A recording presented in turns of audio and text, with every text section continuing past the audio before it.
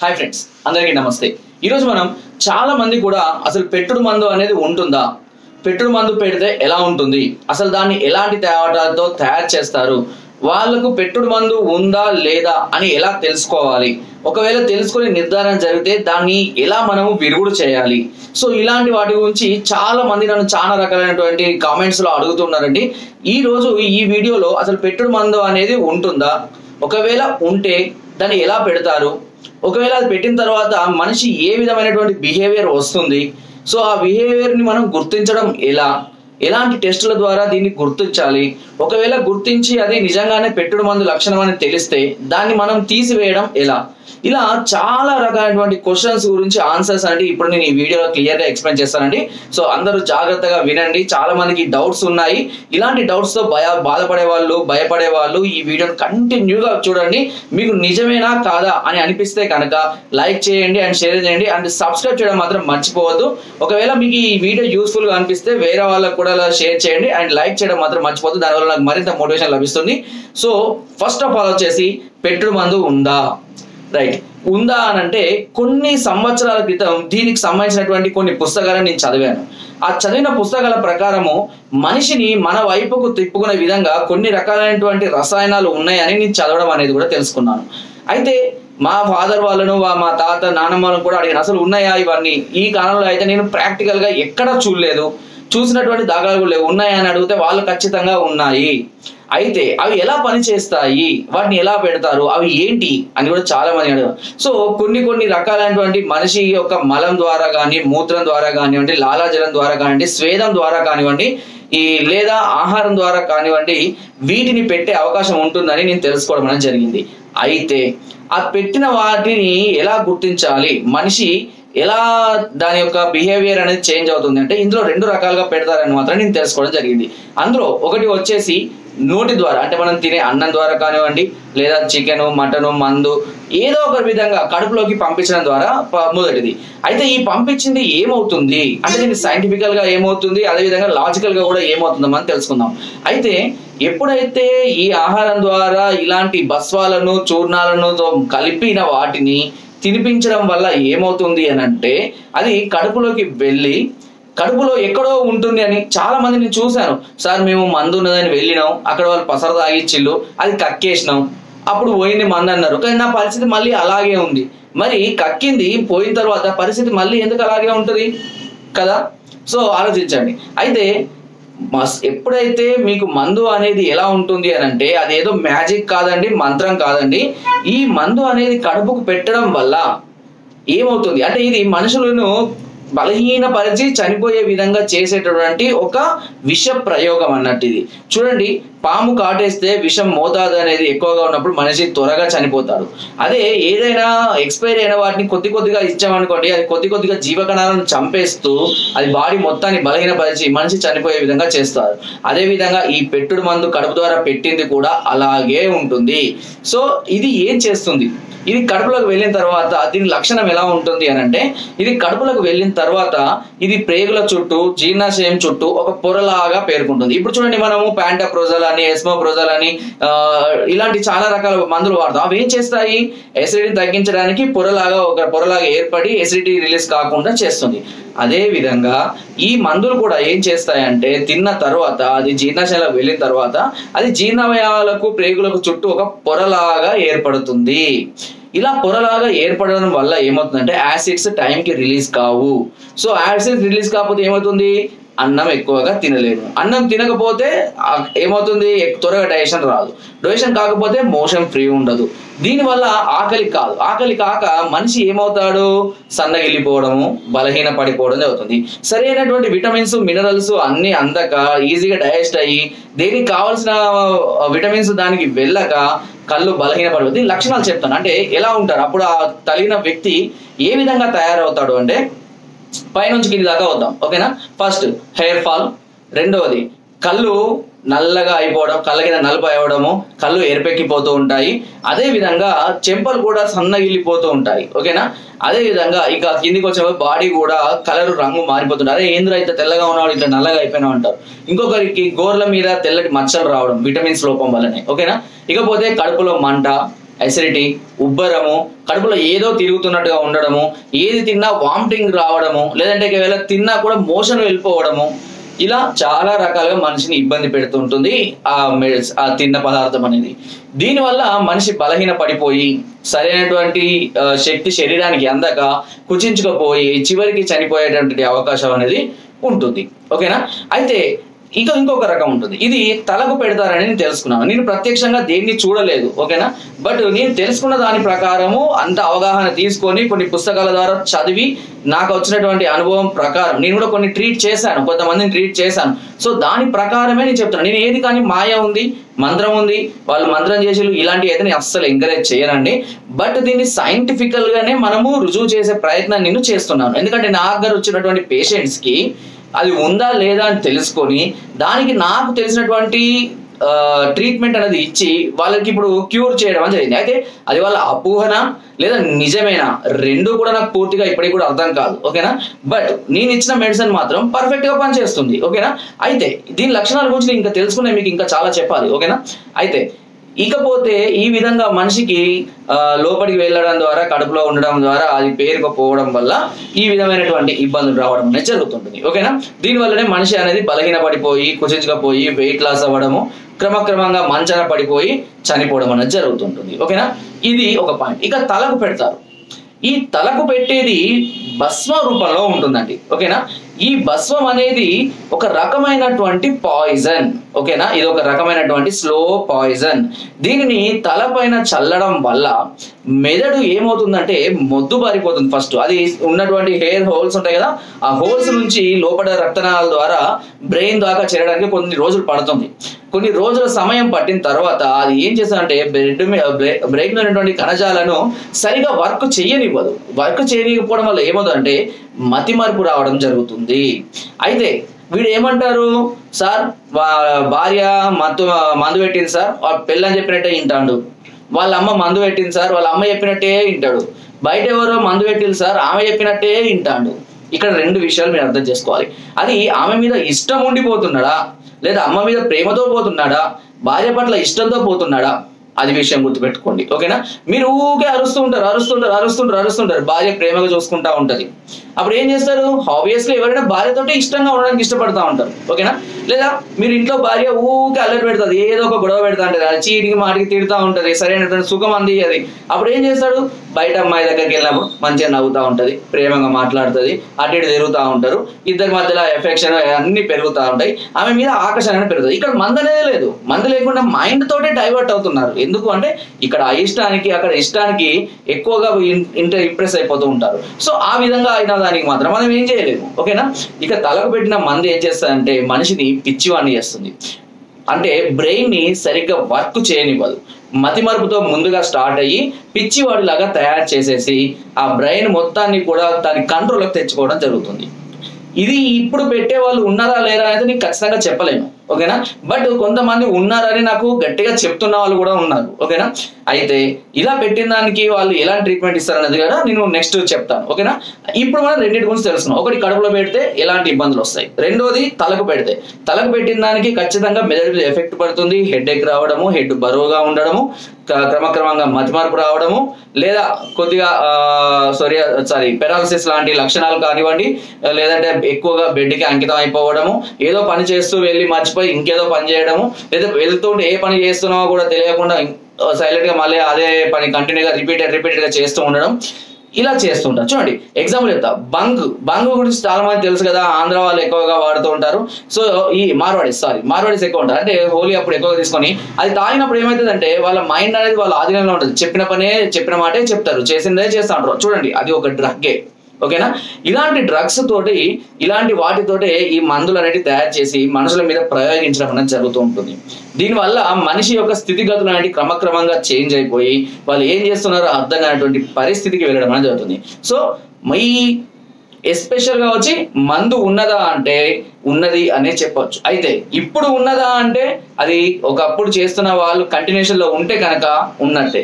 దానికి సంబంధించినటువంటి కొన్ని మొక్కలు కానివ్వండి, బస్వాలు కానీ వాటికి తెలిసినట్లయితే మనిషి యొక్క చెప్పే కదా, డైరెక్ట్ గా ఉపయోగించడానికి వీలు కాదు. కడుపులోకి పెట్టేది మాత్రం పెట్టచ్చు. బట్ మనిషి మీద చల్లే వాటిలలో మనిషి మలం కానివ్వండి, మూత్రం కానివ్వండి, స్వేదం కానివ్వండి, లాలాజలం కానివ్వండి, ఇలాంటి వాటిని ఉపయోగించినప్పుడు వాటిని యొక్క ప్రభావం అనేది అధికంగా ఉంటుంది. ఓకేనా? అందుకనే ఖచ్చితంగా ఇప్పుడు చూడండి, చేతబడి చేస్తుడు ఏం చేస్తాడు, గోర్లు తెమ్మంటాడు, లేకపోతే వెంట్రుకలు తెమ్మంటాడు. ఎందుకు? ఆ మనిషి అయితేనే అవి మనిషికి పనిచేస్తాయి. సో ఇక్కడ కూడా మందులు కూడా అంతే. ఆ మనిషికి సంబంధించినటువంటి కొన్ని కణాలు అనేటివి మనకు దొరికితేనే ఆ మందు అనేది అతని మీద ప్రయోగం చేయడం జరుగుతుంది. సో ఈ విషయాలన్నీ గుర్తుపెట్టుకోండి. సో మీరు చెప్పినట్టుగా ఇందులో మనము లాజిక్ ఉందా లేదా మ్యాజిక్ ఉందా ఆలోచించండి. ఇక్కడ నేను చెప్పిన దాని ప్రకారం అయితే మ్యాజిక్ అయితే లేదు, లాజిక్లు చాలా ఉన్నాయి. అది మెంటల్ గా కావచ్చు, లేదంటే బయట విధంగా కూడా కావచ్చు. చెప్పే కదా, మనకి ఇష్టం ఉన్న వాళ్ళ దగ్గరికి వెళ్తే అది మన ఇష్టం, మన మైండ్ సంబంధించింది. నాకు చాలా మంది ఆడవాళ్ళు ఫోన్ చేసి అడుగుతుంటారు, సార్ నా భర్త అసలు నాతో సంసారమే చేయడం లేదు, బయట అమ్మాయి దగ్గరికే వెళ్తున్నాడు, దానికి బాగా మరిగాడు, అదేదో మందు పెట్టింది. అసలు దానికి మందు చేతుడు తెలుసా తెలియదు కూడా ఎవరికి. నీ దగ్గర లేనిదేదో అక్కడ దొరుకుతుంది కాబట్టి అక్కడ అలవాటు పడుతున్నాడు. దాన్ని మందు పెట్టి మళ్ళీ నా భర్తకు మందు పెట్టి మళ్ళీ నా దగ్గర ఏం తెచ్చుకోవాలి. That is magic. ఆ మ్యాజిక్లు మన దగ్గర లేవు. ఓకేనా? కాబట్టి చాలా మంది కూడా ఇదే విధంగా ఇదే ఆలోచనతోటి ఆలోచించి అది లేని దాన్ని కూడా ఊహించుకుని మీరు అందించవలసినవి కరెక్ట్గా అందించి మీరు అన్ని విధాలుగా బాగుండి మీరు అన్ని విధాలుగా చూసుకున్న ఇంకో విషయం కూడా గుర్తుపెట్టుకోండి, మగవాళ్ళలో కొంతమంది భార్య అందంగా ఉన్నా, సుఖం అందించినా, హ్యాపీగా చూసుకున్నా, ఎంతమంది చూసుకున్నా ఇంకొక అమ్మాయితో కలవాలన్న కోరిక సహజంగా చాలా మంది మగవాళ్ళలో ఉంటుంది. ఓకేనా? అట్లా కూడా చేస్తా సార్, నేను అన్ని విధాలు అందిస్తున్నా, భర్త వేరే దానికే పోతున్నాడు సార్, అదేదో మందు పెట్టింది. సో అక్కడ మైండ్ సెట్ అనేది చాలా ఇంపార్టెంట్ అండి. ఆ మైండ్ సెట్ని మార్చుకోగలిగితే తప్పకుండా ఆ ప్రాబ్లం అనేది క్యూర్ అవుతుంది. సో మందు ఉందా లేదా అనేది ఎలా టెస్ట్ చేయాలి, దాన్ని ఎలా గుర్తించాలి, మందు ఉన్నది అని మనం గుర్తించడం ఎలా అనేది నేను నెక్స్ట్ పార్ట్ లో చెప్తానండి. కంటిన్యూగా మీకు ఒకవేళ నేను చెప్పింది కరెక్టే అనిపించి ఇంట్రెస్టింగ్ గా ఉంది అనుకుంటే మాకు పార్ట్ 2 కావాలని కింద ఒక కామెంట్ చేయండి. లేదా మీకు ఎలాంటి సమస్యలు అనిపిస్తున్నా కూడా, మీకేమైనా ఇందులో నేను చెప్పిన దాంట్లో ఏమైనా డౌట్స్ ఉన్నా సరే నాకు కింద కామెంట్ చేయండి. ఓకేనా? అండ్ లైక్ చేయడం మాత్రం మర్చిపోవద్దు. నేను ఇలాంటి వాటి గురించి ఇంకా చాలా విషయాలు మీకు ఎక్స్ప్లెయిన్ చేస్తాను. అండ్ నెక్స్ట్ పార్ట్ కోసము పార్ట్ 2 కావాలని నాకు కామెంట్ చేయండి. అండ్ త్వరలోనే నేను పార్ట్ 2లో దాన్ని ఎలా గుర్తించాలి, దాన్ని ఎలా తీసివేయాలి, దాని యొక్క లక్షణాలను గురించి పూర్తిగా మార్చడం ఎలా అన్న దాని గురించి నేను క్లియర్ గా ఎక్స్ప్లెయిన్ చేస్తాను. ఓకేనా? సో ఫ్రెండ్స్, నా వీడియో కనుక మీకు నచ్చినట్లయితే ఒక లైక్ చేయండి, షేర్ చేయండి. మరెన్నో ఇలాంటి అద్భుతమైన వీడియోస్ కోసం నా ఛానల్ ని సబ్స్క్రైబ్ చేయడం మాత్రం మర్చిపోవద్దు. మీకు ఏ డౌట్స్ ఉన్నా, ఏ సమస్య ఉన్నా పైన స్కోర్ నెంబర్స్ కి ఫోన్ ద్వారా, వాట్సాప్ ద్వారా కూడా నాకు తెలియజేయండి. తప్పకుండా వాటికి చక్కటి సలహాలని, సూచనల్ని సజెస్ట్ చేయడం అనేది జరుగుతుంటుంది. కింద వాట్సాప్ గ్రూప్ లింక్ ఉంటుందండి, ఆ లింక్ ను క్లిక్ చేయండి, దానిలో యాడ్ అవ్వండి. మరెన్నో అద్భుతమైనటువంటి వీడియోస్ గురించి, చిట్కాల గురించి నేను అందులో ఎప్పటికప్పుడు అప్డేట్ చేస్తూ ఉంటాను. Thank you. హాయ్ ఫ్రెండ్స్, అందరికీ నమస్తే. ఇంతకుముందు నేను పార్ట్ 1 వీడియోలో మరుగుమందు అనేది ఎలా ఉంటుంది, దాని యొక్క లక్షణాలు ఎలా ఉంటాయి, దాన్ని గుర్తించడం ఎలా అని గురించి చెప్పుకుందామని అన్నాను. ఇప్పుడు పార్ట్ 2లో వచ్చేసి చాలా ఇంట్రెస్టింగ్ అండి, మరుగుమందును గుర్తించడం ఎలా. ఓకేనా? 2 రకాలు ఉంటాయని చెప్పే కదా, మరుగుమందును గుర్తించడం ఎలా. మరుగుమందు ఉన్న వారి యొక్క బ్లడ్ లక్షణాలు కానివ్వండి, శాంపిల్స్ కానివ్వండి, కొంచెం డిఫరెంట్ గా ఉంటుంది. ఓకేనా? అంటే ఇది బాడీని విషతుల్యం చేసిందా లేదా అన్నది మాత్రమే మనం గుర్తించగలుగుతాం. అంటే మందు యొక్క లక్షణం ఏంటి, ఇది బాడీని విషతుల్యం చేస్తుంది, బాడీని విషతుల్యం చేసి కొద్ది కొద్దిగా చంపేస్తుంది. సో మరి ఈ బాడీ అనేది ఈ మందు వల్ల స్లో పాయిజన్ అనేది మీలో ఉందా, నిజంగానే మీకు ఈ స్లో పాయిజన్ నడుస్తుందా తెలుసుకోవడానికి 2 రకాలైనటువంటి చిట్కాలు ఉంటాయండి. వీటిని సహజంగా అందరూ చేస్తారండి, అది నేను అందరికీ కామన్ గానే చెప్తాను. ఓకేనా? ఒకటి వచ్చేసి ఇది తలకు పెట్టిందైనా కానివ్వండి, లేదంటే నోటి ద్వారా పెట్టింది, కడుపులో ఉన్నదైనా సరే, ఏదైనా సరే, ఇది అరచేతిలో ఒక పసరు పోయాలండి. అరచేతిలో ఎందుకు పోయాలి సార్ అని అంటే, మన బ్లడ్ యొక్క ప్రతి ఒక్క నాళం ఉంటుంది చూసారా, వాటి యొక్క ప్రెషర్ పాయింట్స్ అన్ని కూడా ఇక్కడ నుంచే వెళ్ళడం అనేది జరుగుతుందండి. మన హ్యాండ్స్ మీకు ఆల్రెడీ తెలుసు, బ్లడ్ ప్రెషర్ పాయింట్స్ అనేవి ఎక్కడ ఉంటాయి, చేతిలోనే ఉంటాయి. అందుకనే ఈ పార్ట్ అంతా ఇలా ఉంది. మనం ఎక్కడ ప్రెస్ చేస్తే ఒక్కొక్క దానికి పంప్ సర్కిల్, బ్లడ్ సర్క్యులేషన్ అనేది వెళ్తుంది. So blood floating pressure points అనేవి ఇక్కడే ఉంటాయి. ఓకేనా? ఈ ప్రాంతంలోనే ఉంటాయి, ఇక్కడే స్టమక్ ఉంటుంది. ఓకేనా? కాబట్టి ఇప్పుడు మనం ఏం చేయాలి అంటే, మీ బ్లడ్ లో విషతుల్యమైనటువంటి ఆ కెమికల్ అనేది ఉందా లేదా అని తెలుసుకోవడం కోసం 2 రకాలైనటువంటి పసర్లు పోస్తారండి. ఓకేనా? అందులో మొదటిది వచ్చేసి పైడి పత్తి ఆకు. పైడి పత్తి ఆకు అంటే చాలా మందికి తెలియకపోవచ్చు, బట్ ఒక్కసారి మీరు గూగుల్ సెర్చ్ చేయండి. పైడి పత్తి అనేది పల్లెటూరులో చాలా మందికి తెలుస్తుంది. ఈ పైడి పత్తి ఆకు రసాన్ని తీసుకొని వచ్చి అరచేతిలో పోస్తే అది గడ్డ కడుతుందండి. సార్ కొంతమందికి పెట్టకపోయినా కూడా గడ్డ కడుతుంది కదా సార్ అని అంటారు. లక్షణాలు లేకపోతే గడ్డ కడుతుంది అని అంటే కారణం ఏంటి అంటే వాళ్ళ బాడీలో హీట్ ఎక్కువగా ఉంది అని అర్థము. మరి ఉన్న వాళ్ళకు కూడా హీట్ ఉండొచ్చు కదా సార్, దానివల్ల కూడా గడ్డ కట్టచ్చు కదా సార్ అంటే ఆ ఏదైతే గడ్డ కడుతుందో ఆ పసరుకు అంచు చుట్టూ ఎరుపు రంగులాగా మారుతుందండి. ఓకేనా, మామూలుగా పసరు పోసుకున్నాను నేను, ఒక 5 నిమిషాలు ఉంది, గడ్డ కట్టింది. చూడండి, మందు లేని వాళ్ళకు ఆ గడ్డ కట్టిన దాని చుట్టూ వాటర్ వస్తుంది కదా, ఆ వాటర్ బార్డర్ ఏదైతే ఉందో అది ఎరుపు రంగులోకి వస్తుందండి. ఈ విషయం గుర్తుపెట్టుకోండి, అది ఎరుపు రంగులోకి రావాలి. అది ఎరుపు రంగులోకి వచ్చి దాదాపు ఎరుపు ఛాయలు కనబడినా సరే అప్పుడు మీకు దాని యొక్క లక్షణం ఉంది అని మీరు 100% ఐడెంటిఫై చేయొచ్చు.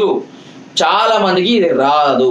ఓకేనా, కేవలం ఎలా అయితే ఉందో పచ్చగా అలాగే ఉంటుంది. ఈ విషయాన్ని గుర్తుపెట్టుకోండి. ఓకేనా. రెండోది కాకరాకు రసం. ఓకేనా, కాకరాకు రసం పోసిన తర్వాత కాకరాకులో కొద్దిగా, ఓకేనా గుర్తుపెట్టుకోండి, కాకరాకు పోసిన తర్వాత కొద్దిగా ఇంగు వేయండి, ఒక చిటికెడంతా ఇంగు వేయండి. ఓకేనా, ఇలా ఇంగు వేసినప్పుడు అది గడ్డ కడుతుంది మళ్ళీ. ఓకేనా, నేను చెప్పినట్టుగానే సేమ్ ట్రీట్మెంట్. మళ్ళీ ఆ గడ్డ కట్టిన దాని చుట్టూ ఎరుపు రంగు ఉన్నదా లేదా, కొద్దిగా ఎరుపు ఛాయలు, కంప్లీట్గా రెడ్ ఏం కాదు, బ్లడ్ కలర్లకు ఏం రాదు, ఎరుపు ఛాయలు కనబడతాయి అంతే. ఇలా కనబడితే విషతుల్యమైనటువంటి పదార్థాలు ఏవో మీ శరీరంలో ఉన్నాయి. కొన్ని సందర్భాలలో ఏదైనా విష జ్వరాలతో బాధపడే వాళ్ళు కానివ్వండి, యాంటీబయాటిక్స్ ఎక్కువగా వాడే వాళ్ళు కానివ్వండి, లేదా బ్లడ్ ఇన్ఫెక్షన్స్తో బాధపడే వాళ్ళు, అంటే డిసీజ్ ఉంటాయి కదా వైరల్ ఇన్ఫెక్షన్స్, అలాంటి వాళ్ళకు కూడా ఇలా అయ్యే అవకాశం ఉంది. అయితే దానికి వాళ్ళ బాడీ తత్వం ఎలా ఉంది అని రెండు చూసుకోవాలి. అంటే వీళ్ళకు నేను చెప్పినటువంటి సిమ్టమ్స్ ఉన్నాయా లేవా, నేను హెల్దీగానే ఉన్నాను, నాకు ఏ ప్రాబ్లం లేదు, అయినా నేను పోస్తే నాకు అట్లనే అయింది. కారణం నా బ్లడ్లో ఏదైనా ఇన్ఫెక్షన్ అని ఉండొచ్చు, నాకు ఏదైనా ఫీవర్ ఉండొచ్చు, వైరల్ ఫీవర్ ఉండొచ్చు, డెంగ్యూ జ్వరం ఉండొచ్చు, మలేరియా జ్వరం ఉండొచ్చు, లేకపోతే ఇంకేదైనా అంటువ్యాధులు లాంటివి అయినా ఉండవచ్చు. ఓకేనా, సిప్లిస్, గనేరియా ఇట్లాంటివి కూడా ఉండవచ్చు, అంటువ్యాధులు ఇలాంటివి ఉన్నా సరే అక్కడ అయ్యే అవకాశం ఉంటుంది. అయితే హెల్దీగా ఉన్న వాళ్ళకి అవసరం లేదు. వాడు బలహీనంగా ఉన్నాడు, రోజు రోజుకు వెయిట్ లాస్ అవుతున్నాడు, బలహీనంగా వికారంగా తయారవుతున్నాడు, తెల్లగా ఉన్నవాడు నల్లగా అవుతున్నాడు, ఇలాంటి లక్షణాలు ఉన్న వాళ్ళకి టెస్ట్ చేయండి. సార్ ఒకవేళ ఇది కాకపోయినా కూడా మరి అతను అట్లా అవుతున్నాడు, కారణం ఏంటి?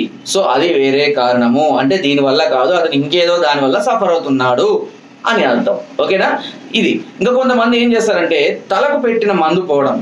తలకు పెట్టిన మందు పోవడానికి ఒకటే ఒక ట్రీట్మెంట్ అండి, దానికి ఏది లేదు. ఇది కొంచెం హార్బీలే ఉంటుంది, బట్ నేను తెలుసుకున్న ట్రీట్మెంట్ అది. ఎందుకు అట్లా చేయాలి? ఓకే, దీని ట్రీట్మెంట్ వచ్చేసి ఏంటి అంటే గుండు కొట్టించి అక్కడక్కడ చిన్న చిన్న కాటులాగా పెట్టి నిమ్మకాయలతో రుద్దుతారండి. ఎందుకు అలా చేస్తారని కూడా నేను కనుక్కున్నాను. ఎందుకంటే ఏదైతే భస్మం అయితే చల్లామో అది ఆ స్కిన్కు పట్టుకొని ఉండి ఎప్పుడైతే దాని ప్రభావం అంతా మెదడు పైన ప్రయోగించేస్తుంది. ఎప్పుడైతే నిమ్మకాయతో మనం రబ్ చేస్తామో అక్కడ ఉన్నటువంటి ఆ కెమికల్ అనేది దాని లక్షణాన్ని కోల్పోతుంది. కాబట్టి ఆ ఎఫెక్ట్ అనేది మెదడుకు పోకుండా అక్కడి వరకు అది క్లియర్ అయిపోతుంది. సో నేను కొంతమంది ఆదివాసులు కానివ్వండి, ఇటు మేడారం సైడ్ చాలా మంది ఉంటారండి మా దగ్గర.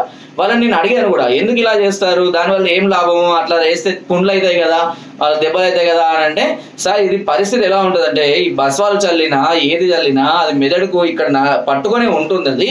అది పట్టుకొని ఉండే మీరు తలస్నానం చేసినా కూడా పోదు అది. అలాంటి దాని ఎఫెక్ట్ని మెదడు మీద చూపించి తలనారాలు గుంజడాలు ఇలా జరుగుతూ ఉంటుంది. కాబట్టి చిన్న చిన్న కాట్లు ఎందుకు పెట్టాలి అంటే ఈ నిమ్మరసం అనేది లోపలికి వెళ్ళి దాన్ని విరుగుడు చేస్తుందంట, నిమ్మకాయ అనేది విరుగుడు చేస్తుందంట. అందుకనే దాన్ని ఆ రాకి అలా రబ్ చేసి అక్కడ పుండులాగా తయారు చేస్తారంట. సో నేను ప్రాక్టికల్ గా అయితే నేను ఎవరికి చేయలేదు ఈ విషయం. సో దీన్ని చాలా మంది నాకు చెప్పడం ద్వారా ఇలా జరుగుతుంది అని తెలుసుకోవడం అనేది జరిగింది. ఓకేనా.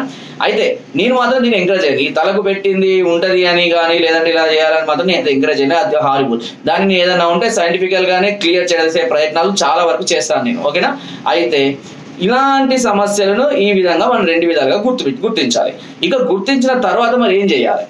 ఓకే సరే, మందు ఉన్నది, మనకు మందు ఉన్నట్టే అనిపిస్తుంది. ఓకేనా, దాని లక్షణాలు కూడా తెలుస్తున్నాయి. దీనికి 100% ల్యాబ్లు, బ్లడ్ టెస్ట్లు ఇవేమి ఉండవు కదా. సరే మరి దీన్ని ఎలా చేసుకోవాలి, దీన్ని ఎలా క్యూర్ చేయాలి? ఓకేనా, తలకు పెట్టిన దాన్ని ఎలా క్యూర్ చేసుకోవాలి? సార్ మీరేమో గీకుతే కాట్లు పెడితే బ్లడ్ వస్తుంది కదా, పుండ్లు అయితే అంటున్నారు కదా. సో దాన్ని ఎలా క్లియర్ చేయాలి, ఓకేనా. లేదా కడుపులో పెట్టిల్లు, అది కడుపులో ప్రేగులో పెట్టు పొరలలాగా ఏర్పడింది, డైజెషన్ ఎవరు ఇవ్వలేదు, కడుపు నొత్తాంది, కడుపు ఉబ్బరం, గ్యాస్, ఇండైజెషన్, కాన్స్టిపేషన్, ఓకేనా. మలబద్ధకం వస్తుంది, నరాల బలహీనత వచ్చింది, పని చేయలేకపోతున్నాను, చేస్తే ఆయాసం వస్తుంది, నడవలేకపోతున్నాను, పిచ్చి పిచ్చి కళ్ళలాగా రావడము, నడుము నొప్పి, భుజాల నొప్పి, ఛాతీలో పొడుస్తున్నట్టుగా ఉంటుంది, కాళ్ళు లాగుతున్నట్టుగా ఉంటున్నాయి. మరి ఏం చేయాలి నేను, ఓకేనా. సో దీనికి ట్రీట్మెంట్ ఏంటి, ఎలా ఉంటుంది, ఏ విధంగా ట్రీట్మెంట్ చేయాలి.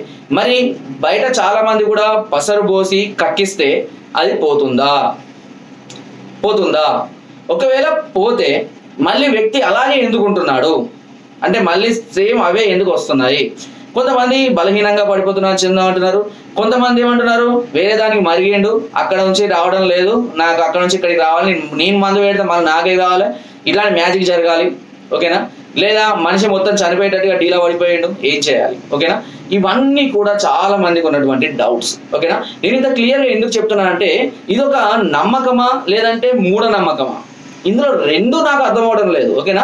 నేను నమ్ముతున్నాను కానీ కరెక్ట్ ప్రూఫ్ అనేది నేను చూడలేకపోతున్నాను, ఓకేనా. ఎందుకంటే నేను ఎవరికి మందు పెట్టలేదు, దానికి పెట్టంగా కూడా నేను ఎవరికి లైవ్గా చూడలేదు. బట్ లక్షణాలు ఉన్న వాళ్ళని నేను చూశాను, ఫైండ్ అవుట్ చేశాను, వాళ్ళని క్లియర్ చేస్తుంటే కూడా చూశాను నేను. ఎస్, కరెక్ట్గా చూశాను నేను, ఓకేనా. మా తాతలు కానివ్వండి, మా నాన్న కానివ్వండి, ఇలాంటి లక్షణాలు ఉన్న వాళ్ళతో ఏదో చేసి మందులు ఇచ్చేసి దాన్ని క్యూర్ చేయడం అనేది నా కలర్ నేను చూశాను చాలా మందిని, ఓకేనా. అయితే మరి ఇందులో మ్యాజిక్ ఉందా, లాజిక్ ఉందా? నేను మ్యాజిక్ కన్నా ఇంపార్టెంట్ లాజిక్కే ఇస్తాను, కాబట్టి నేను లాజికల్గానే ఆలోచిస్తున్నాను. సో నిజంగానే ఉంటే దాన్ని క్యూర్ చేయగలను. నేను కొన్ని కేసుల్ని హ్యాండిల్ చేశాను, ఈ హ్యాండిల్ చేసిన కేసెస్ కూడా సక్సెస్ అయినాయి. మరి అవి ఎలా సక్సెస్ అయినాయి, ఏ మ్యాజిక్ లేకపోతే ఎలా సక్సెస్ అయినాయి, ఇది అనేది నేను నెక్స్ట్ మీకు పార్ట్ 3లో ఎక్స్ప్లెయిన్ చేస్తాను.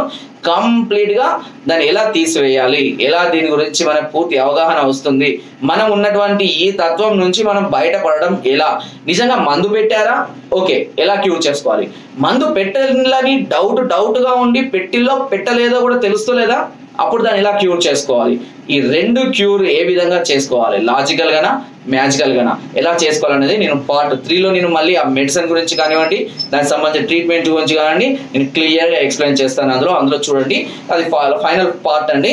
దాంతోనే మీకు కంప్లీట్గా మీకు ఉంది లేనిది అన్ని కూడా క్లియర్గా తెలిసిపోతాయి, ఓకేనా. సో కాబట్టి పార్ట్ 3 కూడా మీకు కావాలి, చూడాలి, తెలుసుకోవాలి అనుకుంటే కామెంట్లో పార్ట్ 3 కావాలని నాకు వాట్సాప్ చేయండి. అండ్ మీరు ఇలాంటి సమస్యలతోనే కనుక బాధపడుతున్నా, భయపడుతున్నా, ఏ టెన్షన్స్తో ఉన్నా సరే నాకు కింద ఉన్న నెంబర్స్కి వాట్సాప్ ద్వారా కానివ్వండి, ఫోన్ ద్వారా కానివ్వండి, కింద డిస్క్రిప్షన్లో మా అడ్రస్ కూడా నేరుగా రావచ్చు. ఒకవేళ మీకు ఏదైనా సమస్యలు నాకు లేదంటే నేను చెప్పే దాంట్లో మీకు ఏమైనా అర్థం కాకపోయినా, మీకు ఏదైనా అవగాహన ఉన్నా నాకు కింద కామెంట్ ద్వారా తెలియజేయండి, నేను కూడా దాన్ని అర్థం చేసుకునే ప్రయత్నం అనేది చేస్తాను, ఓకేనా. సో ఫ్రెండ్స్, నా వీడియో కనుక మీకు నచ్చినట్లయితే ఒక లైక్ చేయండి, షేర్ చేయండి. మరెన్నో ఇలాంటి అద్భుతమైన వీడియోస్ కోసం నా ఛానల్ని సబ్స్క్రైబ్ చేయడం మాత్రం మర్చిపోవద్దు. మీరు ఇచ్చే లైక్స్ వల్ల, షేర్ వల్ల నాకు మరింత మోటివేషన్ కలుగుతుంది. నేను మరెన్నో ఇలాంటి అద్భుతమైన వీడియోస్ని మీ ముందర తీసుకొచ్చి మీకున్నటువంటి నమ్మకాలను, అపనమ్మకాలను అన్నింటినీ కూడా నేను ఒక కొలికి తీసుకురావడానికి ప్రయత్నం చేస్తాను. Thank you. హాయ్ ఫ్రెండ్స్, అందరికీ నమస్తే. ఈరోజు మనం పార్ట్ 1లో ఎలా పెడతారు మందు, అవి ఏ రకాలు ఉంటాయి, అవి శరీరం మీద ఎలాంటి ప్రభావాన్ని చూపిస్తుంది, మనిషి ఎలా తయారవుతాడు అనే దాని గురించి మనం క్లియర్గా తెలుసుకున్నాం. పార్ట్ 2లో వచ్చేసి దాన్ని గుర్తించడం ఎలా, ఎలాంటి టెస్టుల ద్వారా దాన్ని గుర్తిస్తాము అనే దాని గురించి మనం తెలుసుకున్నాం. ఇప్పుడు మనం పార్ట్ 3లో దాన్ని తీసివేయడం ఎలా, ఆ లక్షణాల నుంచి బయటకు తీసివేయడం ఎలా, ఇక్కడ మనం 2 విధాలుగా తెలుసుకోవాలి, ఓకేనా. రైట్, ఫస్ట్ వచ్చేసి మందు లేదు, ఒకవేళ మందు ఉంది, రెండింటికి ట్రీట్మెంట్ ఉంది, ఓకేనా. మందు లేదు, మందు ఉంది. మందు ఉన్నా లేకున్నా ఇక్కడ వచ్చే సమస్య ఎక్కడ వస్తుందంటే కడుపులో వస్తుందని. ఒకవేళ మందు పెట్టినప్పుడు ఏమవుతుంది అని అంటే ఇది పొట్ట చుట్టూ ఒక పొరలాగా పేరుకుంటుందని మీకు చెప్పాను. ఇది పేరుకోవడం వల్ల ఏమవుతుంది, మనకు టైంకి తినడం వల్ల కావాల్సినటువంటి యాసిడ్స్ రిలీజ్ కాక, అన్నం డైజెషన్ కాక, అన్నం తినబుద్ధి కాకపోవడం, ఓకారం రావడము, డైజెషన్ కాక కాన్స్టిపేషన్ లాంటి సమస్యలు రావడము, కడుపు ఉబ్బరము, కడుపులో మంట, ఇలా జరుగుతుంది. మరి ఇప్పుడు ఆ జీర్ణాశయం చుట్టూ, ప్రేగుల చుట్టూ ఉన్నటువంటి పొరలను తీసివేయడానికి ఎలాంటి మందులు వాడాలి, ఓకేనా. అంటే కడుపు మొత్తాన్ని ఇక్కడ నుంచి మొదలెడితే బయటికి వచ్చే యానల్ దాకా దాన్ని శుభ్రం చేసుకోవాలి మనం. ఎలాంటి ఉన్నా సరే మొత్తం శుభ్రం చేసే కొన్ని ఆయుర్వేదిక్ మెడిసిన్స్ ఉన్నాయండి, ఓకేనా. వాటి పేర్లు చెప్తాను నేను, ఓకేనా. సో ఇది వాడేటప్పుడు చాలా మంది కొంత పథ్యం అనేది చేయాల్సిన అవసరం ఉంటుందండి. ఓకేనా? ఆ పథ్యం ఏంటి? ఇక నేను రెండు చెప్తున్నాను మీకు. ఒకటి, నిజంగానే మీకు మందు పెట్టిల్లు, 100% మీకు మందు పెట్టారండి. ఓకేనా? రెండోది, పెట్టిల్లా లేదా అని డౌట్గా ఉంది, అయినా కూడా వాడుకోవచ్చు. ఓకేనా?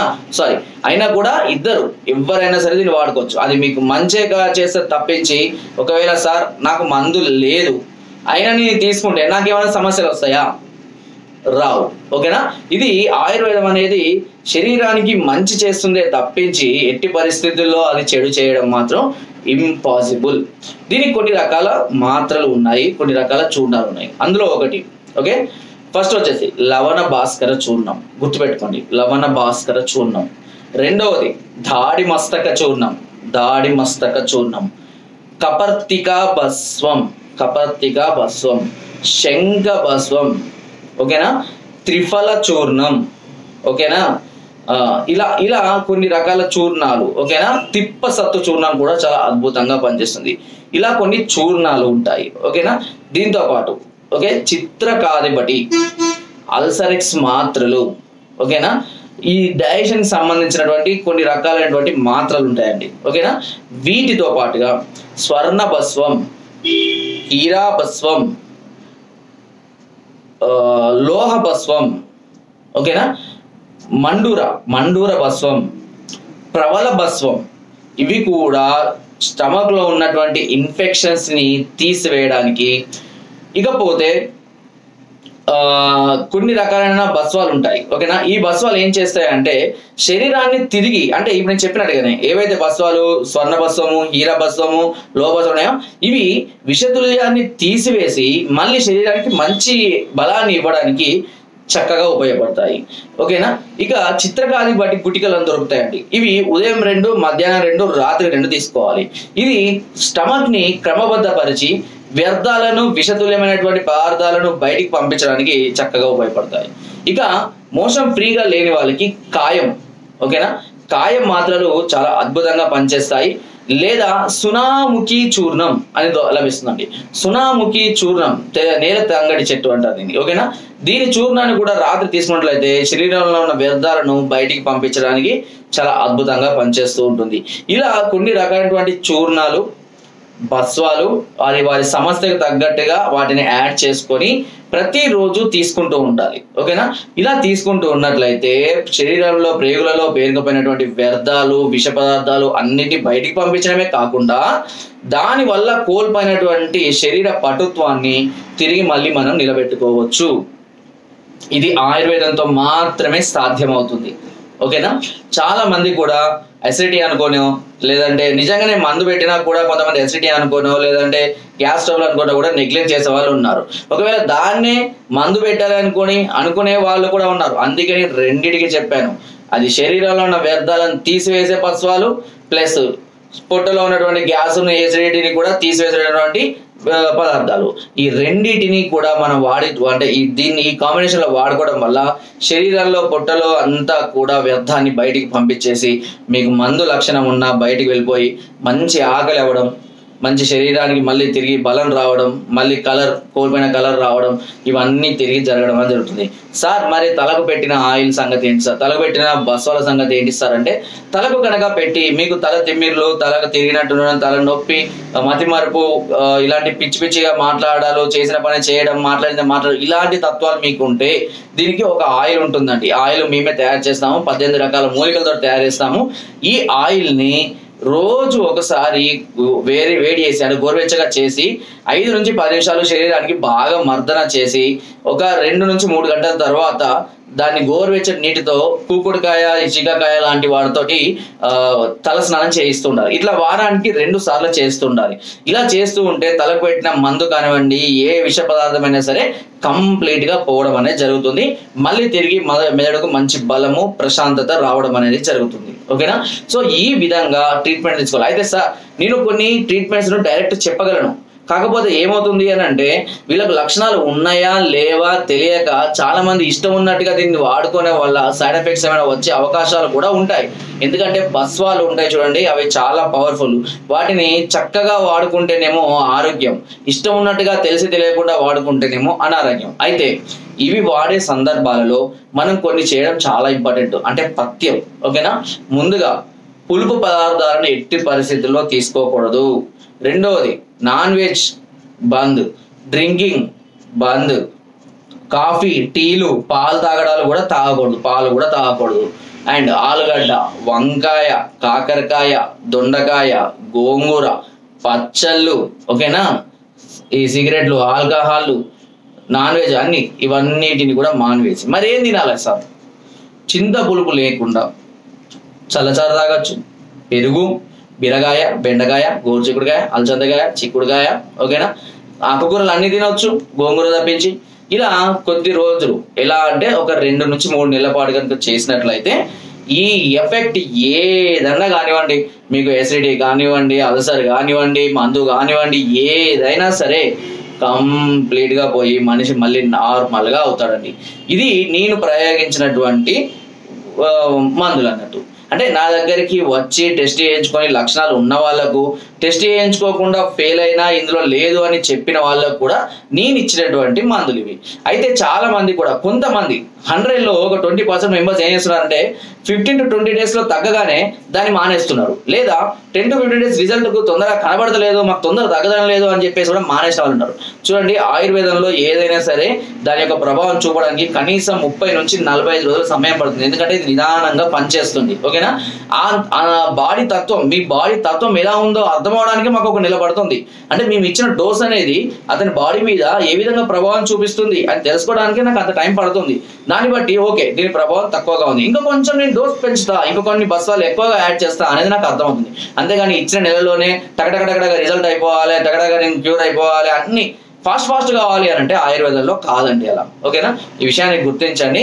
సో మీకు ఒకవేళ ఇలాంటి సమస్యలతో ఉంటే నాకు ఒకసారి కాల్ చేయండి, దానికి సంబంధించిన సలహాలని సూచనని నేను చెప్తాను. లేదా ఒకసారి నేరుగా మమ్మల్ని వచ్చి సంప్రదించే ప్రయత్నం చేయండి. దానికి ముందు అపాయింట్మెంట్ తీసుకోవాలి, ఏ టైంకి ఏ డేట్కి వస్తామని.